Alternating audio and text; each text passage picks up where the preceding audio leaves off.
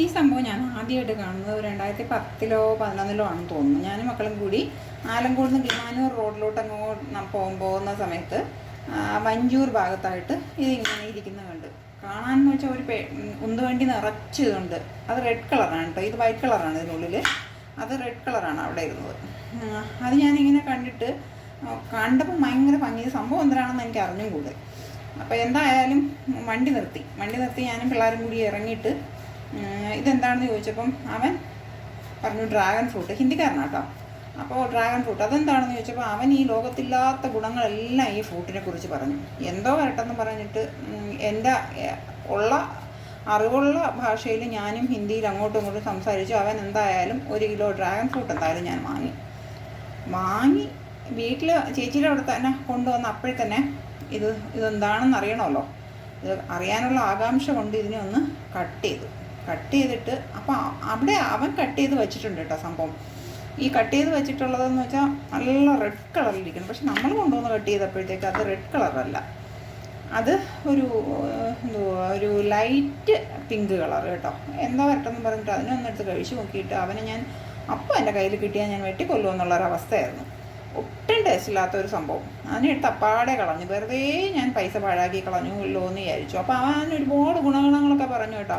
ഇനി ഇതിൽ പരം വേറെ ഒന്നുമില്ല, എനിക്ക് സൗന്ദര്യം ഉണ്ടാവാനെന്നുള്ള വരെ അവൻ ഹിന്ദിയിൽ പറഞ്ഞു. അവൻ പറഞ്ഞത് കേട്ടിട്ട് എന്തായാലും വാങ്ങി. പിന്നെ അതിനുശേഷം പല പ്രാവശ്യം ഞാൻ ഇവിടെ ലായിരുന്നപ്പോൾ ഞാൻ കണ്ടെങ്കിലും വാങ്ങിയിട്ടില്ല. അപ്പം പിന്നെ അതിനുശേഷം ഞാൻ ഗൂഗിളിലൊക്കെ സെർച്ച് ചെയ്തപ്പോൾ അവൻ പറഞ്ഞ ഗുണങ്ങളൊക്കെ കുറേയൊക്കെ ഉള്ളത് സത്യമാണ് കേട്ടോ. ഒരുപാട് ഗുണങ്ങളുണ്ട് ഇതിന്. അങ്ങനെ ഇപ്പോൾ ഞാൻ എന്തായാലും കഴിഞ്ഞ ദിവസം ലുലുവിൽ പോയപ്പോൾ ഇതിങ്ങനെ ഇരിക്കുന്നു. അപ്പോൾ അത് അവിടെ കട്ട് ചെയ്തും വെച്ചിട്ടുണ്ടായിരുന്നു. അതും വൈറ്റ് കളർ തന്നെ. ഞാൻ എന്താ വരട്ടെന്ന് പറഞ്ഞിട്ട് വാങ്ങി. 2 എണ്ണം വാങ്ങി. അപ്പോൾ ഒന്ന് എൻ്റെ പരീക്ഷണത്തിൽ ചെയ്ത് നോക്കിയപ്പോൾ സക്സസ് ആയി. അപ്പോൾ അത് നിങ്ങളെ കൂടെ കാണിക്കാമെന്ന് വെച്ചിട്ടാണ് ഞാനിത് ചെയ്യുന്നത്. ഈ പീസായിട്ട് കട്ട് ചെയ്യാം.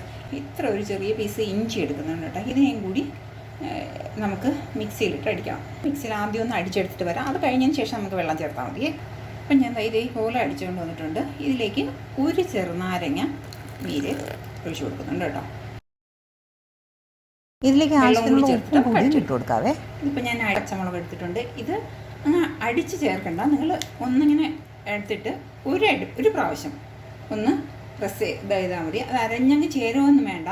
ഒരു ടേസ്റ്റാണ് കേട്ടോ അത്. ഇതിൽ ഞാൻ കട്ട് ചെയ്ത ഡ്രാഗൺ ഫ്രൂട്ടിൽ നിന്ന് 2-3 പീസ് ഇങ്ങനെ എടുത്തിട്ടിട്ടുണ്ട്. ഒരു നല്ല പുതിനയില ഒരു തടിത്തവിയുടെ ബാക്ക്ഗ്രൗണ്ട് അങ്ങനെ അതിനൊന്ന് ക്രഷ് ചെയ്തിടണം. കാരണം ആ മിൻറ്റിൻ്റെ ഫ്ലേവർ കുറച്ചൊന്നും ഇറങ്ങുന്നതിന് വേണ്ടിയിട്ടാണ് കേട്ടോ എടുത്ത് വെച്ചേക്കുന്നത്. അതിന് പെട്ടാണെന്ന് ആരും ചോദിക്കേണ്ട. നിങ്ങളൊന്ന് പരീക്ഷിച്ച് നോക്കിയതിന് ശേഷം മാത്രം അഭിപ്രായം പറയുക കേട്ടോ. ഡെക്കറേഷൻ ചെയ്യാത്തതുകൊണ്ടാണ് നിങ്ങൾ വ്യൂവേഴ്സ് കുറവാണെന്ന് പറയണ്ട. ഒരു നാരങ്ങയൊക്കെ വെച്ചിട്ട് അടിപൊളിയായിട്ട് നമുക്കൊന്ന് ഡെക്കറേഷൻ. ഒരു മിൻറ്റ് ലീഫിൻ്റെ പച്ച ഇല ഉണ്ടാകും. നമുക്ക് അതും ഇട്ടായിരുന്നു.